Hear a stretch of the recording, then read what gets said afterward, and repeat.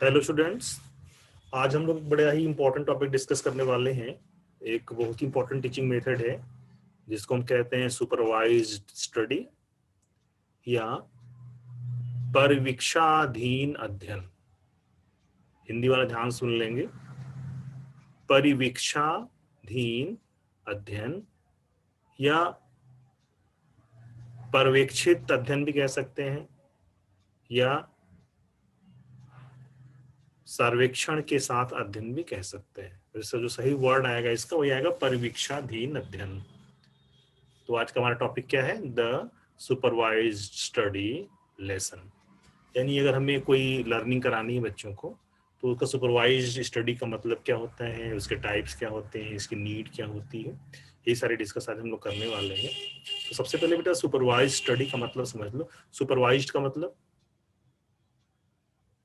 एक तरह से देख रेख या लर्निंग विद गाइडेंस, हम चाहे तो कह सकते हैं, है ना। जैसे सुपरविजन में काम करने का मतलब क्या है? जैसे छोटे बच्चे होते हैं अपने पेरेंट्स के सुपरविजन में काम करते हैं और गलत करते करते सही करना सीख जाते हैं। ठीक उसी तरह की बात है सुपरवाइज स्टडी में। सुपरवाइज स्टडी का मतलब ही होता है सेल्फ स्टडी बच्चा नहीं कर रहा है, बच्चा किसी के गाइडेंस के बेसिस पर, किसी की सलाह के बेसिस पे या किसी की निगरानी में अगर विद्यार्थी काम कर रहा है तो उसको हम सुपरवाइज स्टडी कहते हैं, है ना। यानी हम कोई अध्ययन कर रहे हैं, कोई लर्निंग कर रहे हैं, कोई प्रोजेक्ट कर रहे हैं, कोई स्टडी कर रहे हैं, कोई हम लाइब्रेरी का काम कर रहे हैं, कोई भी ऐसा वर्क जिससे हमें नॉलेज हो और वो नॉलेज किसी के अंडर सुपरविजन यानी किसी की देख रेख में हो, तो उसको हम क्या कह सकते हैं? उसको हम कह सकते हैं सुपरवाइज स्टडी। ठीक है ना। एक क्वेश्चन भी आपके स्क्रीन पे आ रहा है, what is a supervise study या what do you mean by supervise study या परिवीक्षाधीन अध्ययन से आप क्या समझते हो। एक प्रश्न यहाँ बन रहा है, बड़ा अच्छा प्रश्न बन रहा है। परिवीक्षाधीन अध्ययन से आप क्या समझते हो? तो इसका आंसर बेटा आप स्क्रीन पे फ्लैश हो रहा है। It is one whose purpose is to teach children how to study a given subject effectively. यानी एक पर्पज या एक उद्देश्य, ऐसा उद्देश्य जिसमें विद्यार्थी प्रभावी ढंग से किसी विषय का अध्ययन कर सके, है ना। आपने देखा होगा कि क्लास में बच्चा अध्ययन कर रहा है लेकिन उसके बाद भी उसके मदर फादर क्या करते हैं? उसका ट्यूशन लगा देते हैं। ट्यूशन क्यों लगा देते हैं? ट्यूशन सिर्फ इसलिए लगा देते हैं कि क्लास में भीड़ होने से बच्चे की निगरानी नहीं हो पा रही, तो टीचर क्या करता है, तो पेरेंट्स क्या करता है, पेरेंट्स उसको ट्यूशन लगा देता है। क्यों लगा देता है? क्यों? क्योंकि वो चाहता है कि वो अपने सब्जेक्ट में मास्टरी कर ले, यानी अपने विषय का उसे सर्वोत्तम ज्ञान हो जाए और उसकी टीचिंग या उसकी जो सब्जेक्ट पे कमांड है वो अच्छी हो जाए, वो इफेक्टिवली सब्जेक्ट कमांड कर ले। इन सारे चीज उद्देश्यों को लेके क्या किया जाता है? सुपरवाइज स्टडी कराई जाती है। It directs the student in the use and mastery of the base technique of efficient study। ठीक है, यानी अगर हम किसी सब्जेक्ट में मास्टरी पाना है या उसमें हमको बेहतर काम करना है तो उस काम को कैसे करना चाहिए? उस काम को किसी की देख रेख या किसी के निगरानी में करना चाहिए और किसी निगरानी में किसी एक्सपर्ट के अंडर कवर होके अगर हम काम करते हैं तो उसको हम क्या कहते हैं? सीखते हैं। तो उस लर्निंग को हम कहते हैं सुपरवाइज स्टडी। ये बेटा ये तो डिफिनीशन हो गई, व्हाट इज सुपरवाइज स्टडी। तो हम ये सारी बातें कह सकते हैं, यानी एक तरह से भी कह सकते हैं कि सीखने के सर्वोत्तम तकनीकी का ज्ञान होना, क्योंकि आप जानते हो सीखना क्या है, एक विज्ञान है और एक कला है। Learning is science and arts या बोथ, आप जानते हो। तो ये जो कला है या जो तकनीकी है, ये टेक्निक या जो ये आर्ट है, इस आर्ट में महारत हासिल करना हो या इसको अच्छे से सीखना हो तो किसी अच्छे गुरु के शरण में जाना पड़ता है। तो गुरु के शरण में जाना ही क्या कहलाता है? सुपरवाइज स्टडी या परीक्षाधीन अध्ययन कहलाता है। ठीक है। In essence the supervise study lesson, इसका एसेंस क्या है, इसका जो मुख्य तत्व क्या है? The प्यूपिल is taught the technique of learning. ठीक है, तो यहाँ क्या सिखाया जाता है, यह एक ये तरीका सिखाया जाता है कि आप लर्निंग कैसे करें, उसकी टेक्निक क्या अपनाएं, किस तरह से आप काम करें या किस तरह से अध्ययन करें कि आपको लर्निंग मैक्सिमम हो जाए, है ना। और यही मोटिवेटर बीएड कराने का भी है। हमको बीएड क्यों कराया जाता है, क्योंकि हम एफिशिएंट हो जाएं, हम परफेक्ट हो जाएं, हमको मास्टरी मिल जाए टीचिंग कराने की। ठीक है, तो पहला एसेंस क्या है, पहला essence the प्यूपिल is taught the technique of learning, यानी जो विद्यार्थी है वो लर्निंग की टेक्निक सीख सके, उसे अच्छे से याद करना आ जाए, उसको समझना आ जाए, वो किस तरीके से काम करे कि उसकी लर्निंग मैक्सिमम हो जाए। इस टेक्निक को सुपरवाइज स्टडी में सिखाया जाता है। Second, the teacher acts as guide in the various study procedures, और जो सुपरवाइज स्टडी का जो अलग अलग तरह का जो प्रोसेस है, जो तरीका है, मैक्सिमम केस में टीचर क्या करता है, टीचर एक गाइड की तरह होता है, टीचर एक मार्गदर्शक होता है, और जिसके मार्गदर्शक, जिसके सुपरविजन, जिसके देख रेख में विद्यार्थी अध्ययन करने का काम करता है। This guidance takes place in the classroom. ठीक है, और ये मार्गदर्शन से कहां प्राप्त होता है। ठीक है, तो समझ में आया। तो हम क्या कह रहे थे, हम ये कह रहे थे कि सुपरवाइज स्टडी में क्या होता है, सुपरवाइज स्टडी में पहली चीज तो ये होती है कि पढ़ाने की या लर्निंग करने की टेक्निक का नॉलेज दिया जाता है, और दूसरा हम काम यहाँ करते हैं कि टीचर का किस रूप में होता है, टीचर एक गाइड के रूप में काम करता है।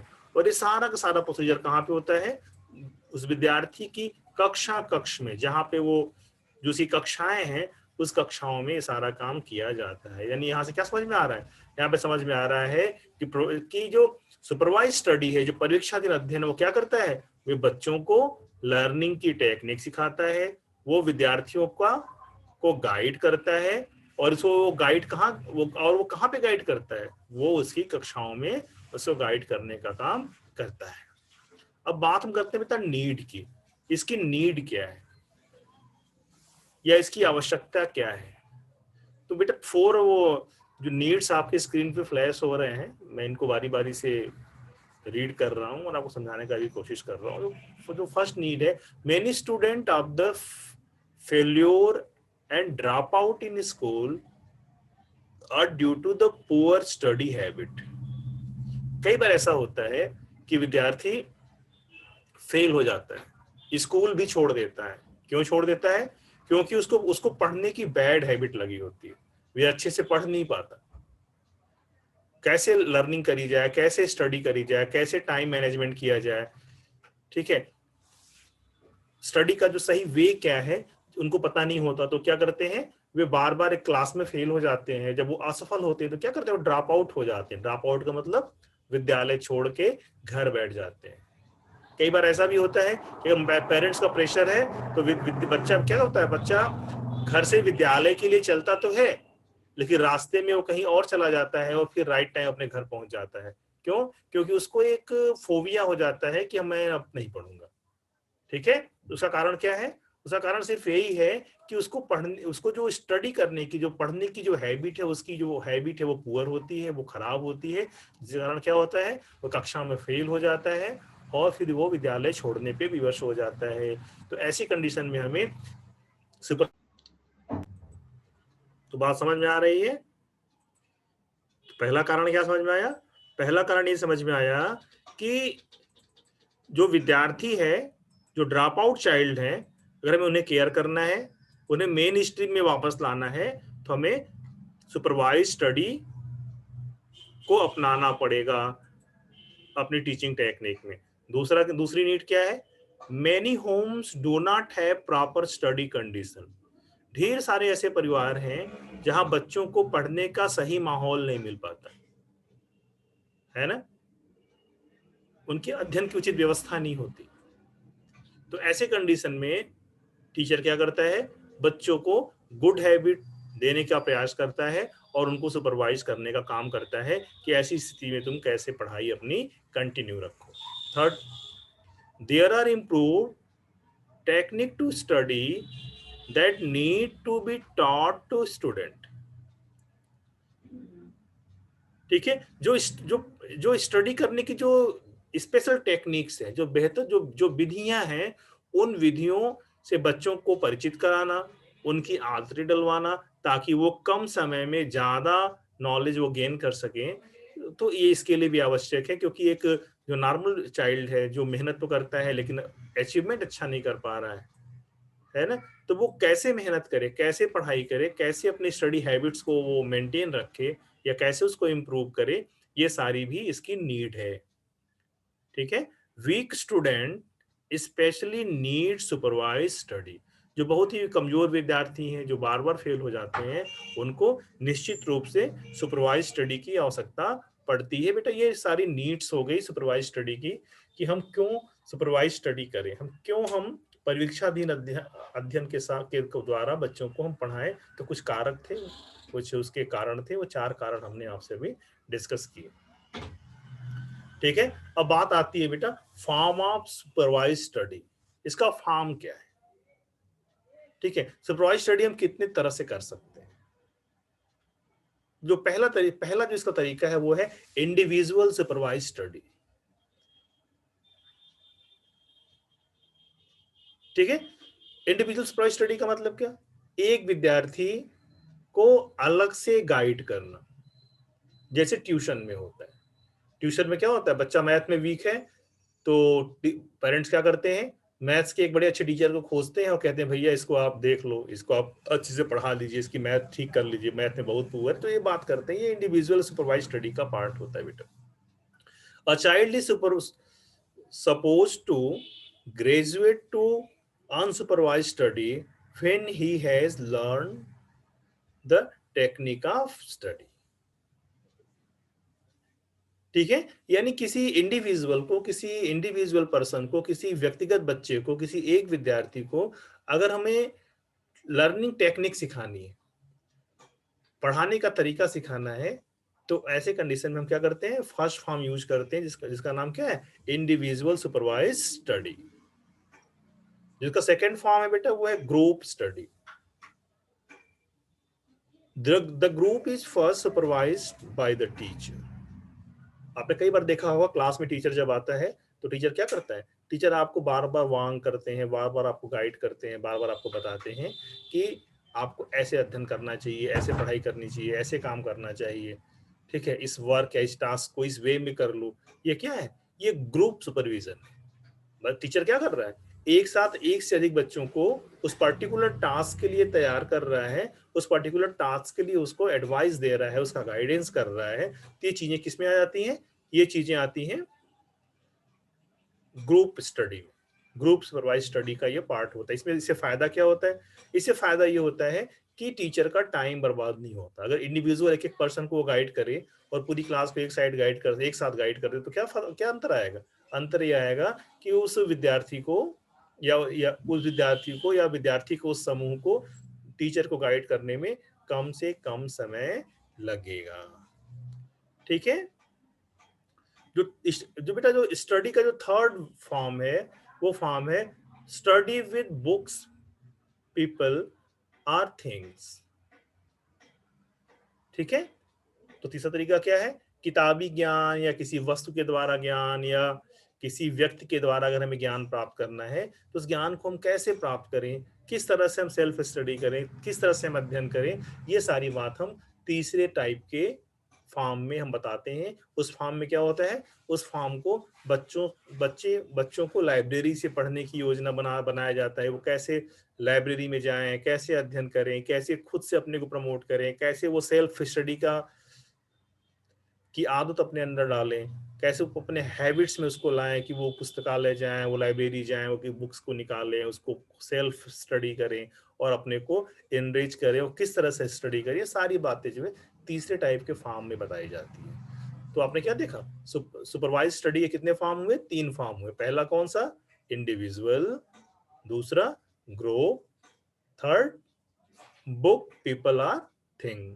ये 3 फॉर्म इसके होते हैं। इन 3 फॉर्म से हम स्टडी करने का काम हम कर सकते हैं। ठीक है, इसको बेटा हम और कैटेगराइज कर सकते हैं। अगर इस फॉर्म को अगर दूसरे वे में देखें तो हम इसको 3 तरह से और कैटेगराइज कर सकते हैं, जैसे the double period plan, divide period plan and daily extra period plan. इन 3 तरह से हम सुपरविजन का काम और कर सकते हैं बेटा। जो पहला तरीका है the double period plan. Double period plan का मतलब क्या है? एक ऐसा सिस्टम हो जिसमें दो पढ़ने का जो दोहरा मापदंड अपनाया जाए, यानी 2 तरह से पढ़ाने का काम किया जाए। One period is devoted to the recitation and the other period to supervise study for the next day lesson. यानी अपनी क्लास को हम क्या करें, डबल पीरियड प्लान में डिवाइड कर लें। पहले प्लान में क्या करेंगे, हम रेसिटेशन कराएंगे, है ना, हम उनको अध्ययन करने का काम करेंगे, हम उनको याद करवाने का काम करवाएंगे, और दूसरे पार्ट में हम बताएंगे कि नेक्स्ट क्लास में क्या करना है और उसको कैसे करना है, हम उसके लिए गाइड करेंगे। हम इस तरह से हम काम कर सकते हैं, इसे कहते हैं double period plan. Double period plan में क्या होता है, अपने काम को बेटा 2 पार्ट में डिवाइड कर लेते हैं और दोहरी अवधि योजना बना लेते हैं, और एक अवधि में यानी एक टाइम पीरियड में या एक स्लैब में हम क्या करते हैं, हम उनको पाठ पढ़ाते हैं, हमें देखते हैं उनको क्या आया, उनको क्या याद हुआ, उनको कितना आया, और दूसरे पार्ट में हम क्या करते हैं, नेक्स्ट क्लास के लिए उनको हम गाइड करते हैं। हम कहते हैं कि अपने घर से इसको इस तरह से पढ़ के आना, या इस तरह से देख के आना, या इस तरह से इस चैप्टर कल हम ये पाठ पढ़ाएंगे, आपको ये तैयारी करके आनी। इस तरह से हम उनको गाइड करने का काम या सुपरवाइज करने का काम करते हैं। जो इसका बेटा दूसरा पार्ट है, जो इसका दूसरा भाग है, उसे कहते हैं द डिवाइडेड पीरियड प्लान, यानी विभाजित अवधि योजना। ये विभाजित अवधि योजना क्या है? इस जो ये विभाजित अवधि योजना है, इसमें हम क्या करते हैं, divided into 2 halves. First half for recitation and other half for supervise study. यानी अपनी हम पढ़ाई को हम 2 पार्ट डिवाइड कर लेते हैं। फर्स्ट पार्ट में हम उनको पढ़ाते हैं, और सेकेंड पार्ट में क्या करते हैं, उनका हम मार्गदर्शन करने का काम करते हैं, हम उनको सुपरवाइज करने का काम करते हैं। जो तीसरा का पार्ट तरीका है इसमें बेटा, वो है the daily extra period plan. हम पर डे हम एक्स्ट्रा पीरियड लें, या हम एक ऐसा शेड्यूल बना लें कि नॉर्मल क्लासेस चलेंगी, और नॉर्मल क्लासेस के बाद एक पीरियड ऐसा होगा जिसमें बच्चों को नेक्स्ट डे के लिए सुपरवाइज किया जाएगा, या होमवर्क के लिए सुपरवाइज किया जाएगा, या उनको लर्निंग टेक्निक सिखाई जाएगी, या उनको हम पढ़ने के लिए मोटिवेशन देंगे, या उनको वे देंगे। ये सारी चीज़ें हम कर सकते हैं। उसके लिए हम एक्स्ट्रा पीरियड प्लान का भी काम कर सकते हैं। It is done at the end of the day by the addition of a extra period. वही बात हमने कहा कि नॉर्मल क्लासेस चलेंगी, और एक क्लास हमने किसके लिए रख दिया, सुपरवाइज स्टडी के लिए रख दिया, और लास्ट पीरियड में हम इस तरह का काम करा सकते हैं। एक और एक क्लासिफिकेशन है। एक तो इंडिविजुअल, ग्रुप और बुक पीपुल आर थिंग वाला था। दूसरा क्लासिफिकेशन क्या हो गया, डबल डिवाइड और डेली एक्स्ट्रा पीरियड के वे में भी हम इसको कंसीडर कर सकते हैं। ठीक है, इसमें 2 कैटेगरी और भी हम कर सकते हैं बेटा, द फ्लेक्सिबल डिवाइडेड पीरियड, या लचीली विभाजित अवधि। ठीक है, ये भी जैसे भी डिवाइडेड पीरियड था उसी की तरह होता है, बस इसमें फायदा ये होता है कि बहुत ही फ्लेक्सिबल होता है। फ्लेक्सिबल का मतलब हम कभी भी कोई काम कर, जैसे उधर क्या था कि फर्स्ट हाफ में हम ये करेंगे, सेकेंड हाफ में ये करेंगे, तो ऐसी रिजिडिटी नहीं होगी, आप रिजिड नहीं होगे। आप डिवाइडेड पीरियड तक करोगे, आप कभी सुपरवाइज करोगे, कभी मेन क्लास करोगे, कभी उनको स्टडी कराओगे, लेकिन ये फ्लेक्सिबल होगा। हम कभी भी कोई काम कराने के लिए स्वतंत्र होते हैं। तो इस तरह की डिवीजन को या क्लासिफिकेशन को कहते हैं द फ्लेक्सिबल डिवाइडेड पीरियड, या लचीली विभाजित अवधि। ठीक है, फिफ्थ क्या है, the flexible supervise study plan. The ever plan do not lend themselves to present day method like the unit with the long unit assignment of several day। जो लचीली पर्यवेक्षण अध्ययन की योजना है, उसमें क्या है, वो जो उपरोक्त योजनाएं हैं जो कई दिनों के अपने लंबे यूनिट असाइनमेंट के साथ इकाई की तरह वर्तमान के तरीकों के लिए खुद को उधार नहीं देती। खुद को उधार नहीं देने का मतलब नहीं देती है, इसका मतलब क्या हुआ, इसका मतलब ये हुआ जो फ्लेक्सिबल सुपरवाइज स्टडी प्लान होता है, इसमें वो सारा काम करते हैं। जैसे असाइनमेंट देना है, यूनिट टेस्ट लेना है, या बच्चों को होमवर्क देना है, या क्लास वर्क कराना है, एक्टिविटी कराना है, इन सभी के साथ हम पर्यवेक्षण को हम शामिल कर लेते हैं, तो उसे हम क्या बोलते हैं, फ्लेक्सिबल रिवाइज स्टडी प्लान हम उसको कहते हैं। जो सुपरवाइज्ड मेथड का जो मॉडर्न क्लासिफिकेशन है बेटा, वो आपके सामने वो आने वाला है। तो मॉडर्न क्लासिफिकेशन में बेटा इसको हम टोटल 3 तरह से डिवाइड कर सकते हैं। जो पहला डिवीजन है वो है द स्टडी पीरियड, यानी अध्ययन की अवधि। ठीक है, अध्ययन की अवधि का मतलब क्या हुआ? अध्ययन की अवधि का मतलब ये हुआ कि पढ़ाई के दौरान जो स्टडी का पीरियड है, उस स्टडी के पीरियड में ही हम उसको हम सुपरवाइज्ड वे में या मार्गदर्शन के साथ हम वहां पे पढ़ाने का काम करें। The teacher should see to it the pupil start to work right way and that they do not do any visiting or chatting.